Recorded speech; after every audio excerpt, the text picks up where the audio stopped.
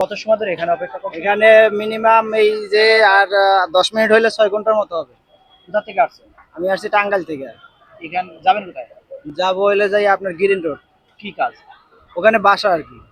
হ্যাঁ। এই যে আটকানোর জন্য, এই যে পঙ্গু যে ছাত্র বা যারা আটকাইছে এদের জন্য এরা আটকেছে, এদেরকে আমরা সাপোর্ট করি, বাট কিন্তু এই যে সাধারণ জনগণ বা অসুস্থ রোগী আছে, আরো অনেক মানুষ আছে যারা এমার্জেন্সি অনেক কাজ আছে, এরা আসলে অসহায়।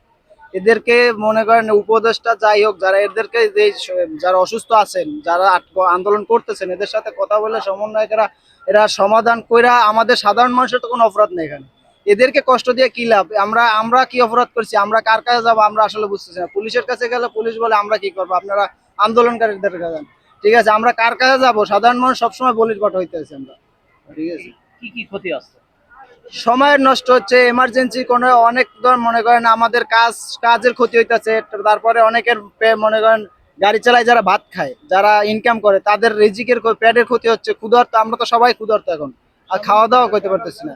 ঠিক আছে, দুপুরে খাওয়া দাওয়া হয়েছে? না না, আমরা দুপুরে খাওয়ার তো কোনো ব্যবস্থা নেই। এদের তো দেখতেছি এরা আন্দোলন করতেছে, এদেরকে বিরিয়ানি নিয়ে আসতেছে, কিন্তু আমাদেরকে তো কেউ পানিও দিচ্ছে না। ঠিক আছে, আমরা কোথায় যাবো আমরা নিজেরাও জানি না। মানে গাড়ি রেখে যাইতে পারছেন? গাড়ি রেখে যাইতে পারতেছি না, গাড়ির সাররা তো চলে গেছে বাসায়, বা এরা ফোনে বলতেছে বা জিজ্ঞেস করতেছে। ঠিক আছে, সরকারের প্রতি আপনার কোনো বক্তব্য আছে নাকি? সরকারের প্রতি বলতে এই ডক্টর ইউনূস স্যারের প্রতি কোনো ক্ষোভ নাই। এই যে স্বাস্থ্য মন্ত্রণালয় বা এটার তো একটা মন্ত্রণালয় আছে, এটার একটা তারা কি করতেছে? তারা কি এটা দেখতেছে না?